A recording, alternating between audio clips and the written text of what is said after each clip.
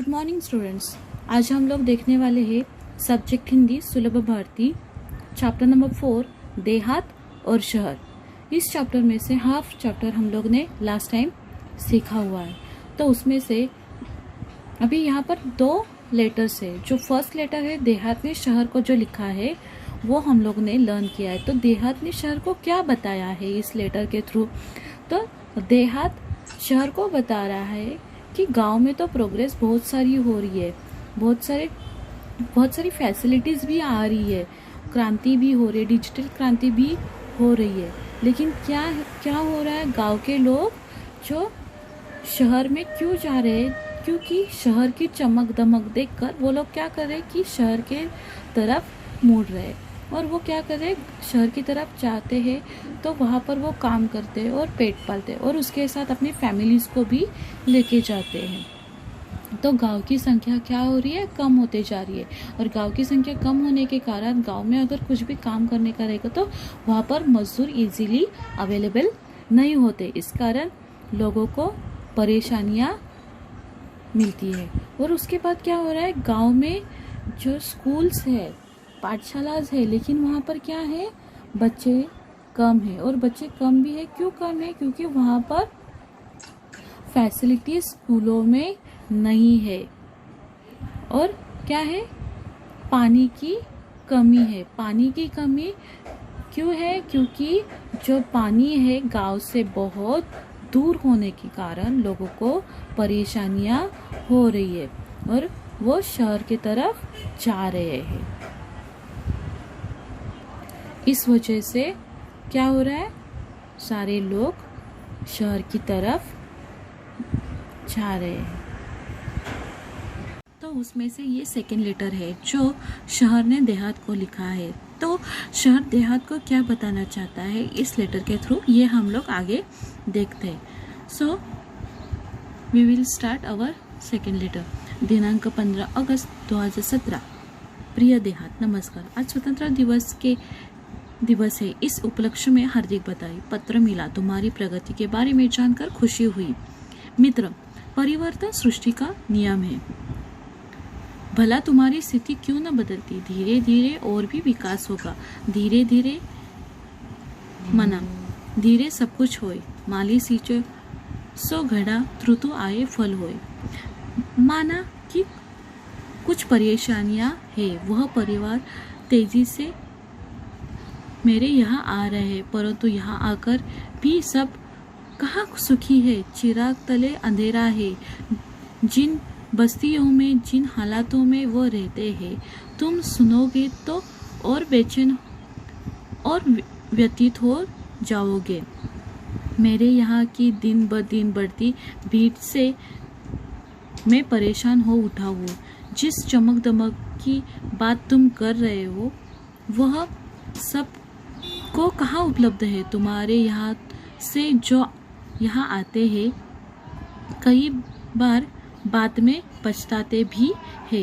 तो शहर क्या बताना चाहता है कि जो भी लोग गांव से शहर में आ रहे हैं, आपको क्या लगता है कि वो यहाँ पर आके बहुत सुखी है?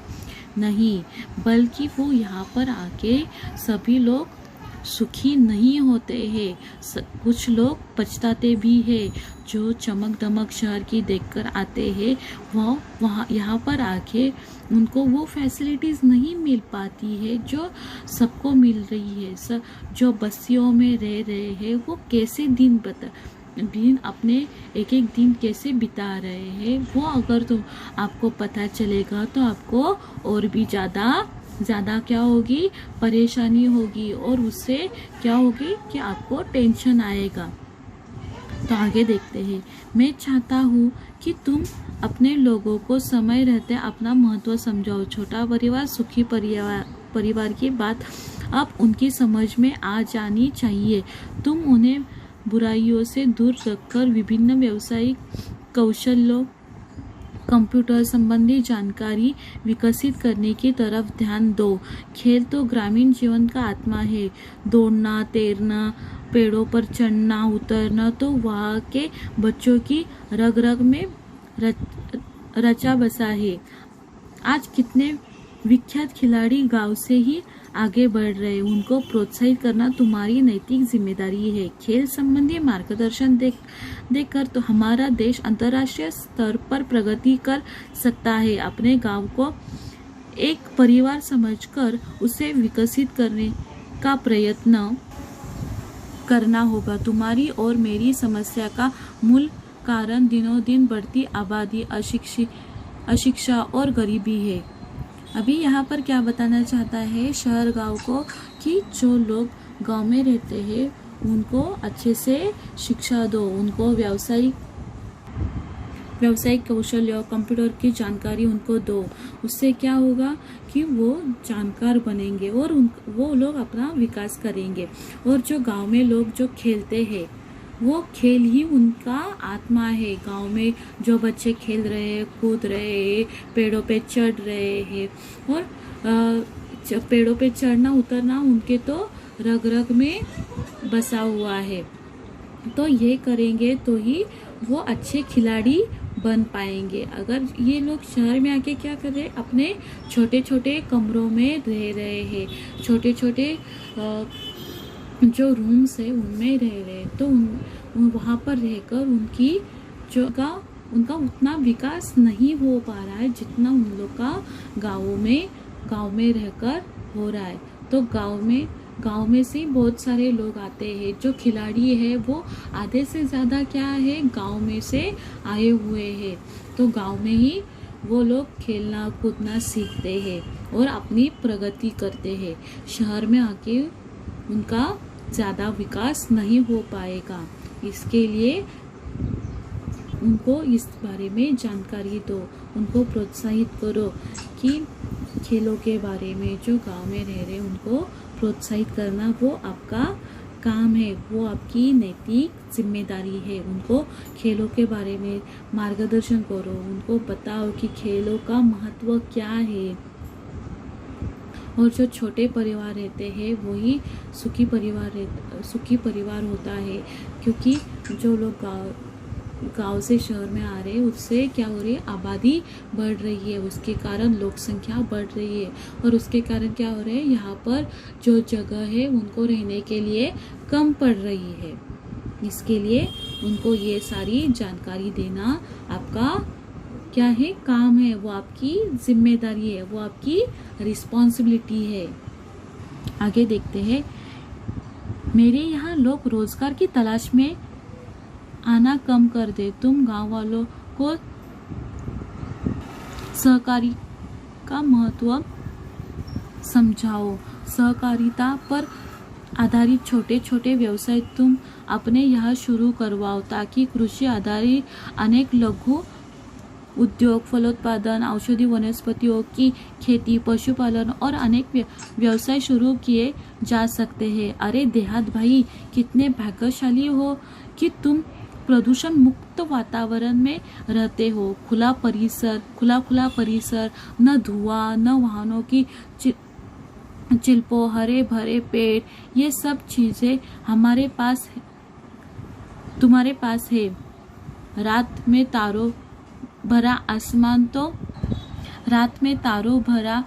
आसमान तो सवेरे उगते सूरज के दर्शन कितनी सहजता सरलता से हो जाता है। हम तो इमारतों के जंगल में बदल गए हैं। खुला आसमान, बड़ा मैदान हमारे लिए कितने अनमोल एवं दुर्लभ हो गए हैं, ये तुम नहीं समझ सकते। तुम्हारे तहसील और क्षेत्र के लोगों को चाहिए कि वे अपने क्षेत्र का सर्वांगीण विकास करने के लिए अपने जनप्रतिनिधियों का सहयोग ले। तुम्हारे यहाँ जो बच्चे विद्यालय में पढ़ रहे हैं, यदि अभी से उन्हें सही दिशा, उचित मार्गदर्शन दिया जाए तो भविष्य में वे ही सबकी व्यथा कम कर सकते हैं। वे ही हमारी आशा स्थान है। मुझे पूरा विश्वास है कि उन पर अवश्य ध्यान दिया जाएगा।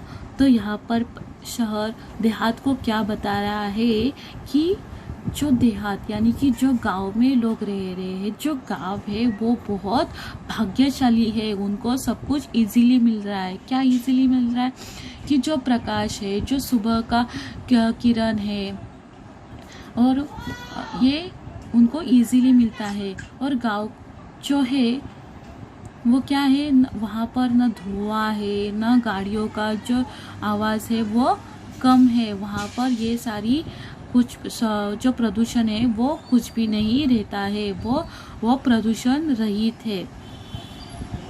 तो इसकी कीमत करो, इसकी वैल्यू करो और उनका विकास करो, सर्वांगीण विकास करना चाहिए, उसकी तरफ आप ध्यान दो।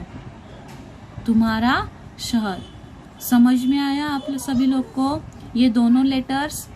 तो यहाँ पर ये शब्द वाटिका दी है, यहाँ पर नए शब्द है, मुहावरे है, कहावतें है। तो ये क्या करना है, आपको नोटबुक में 1 टाइम लिखनी है और 1 टाइम रीड भी करना है।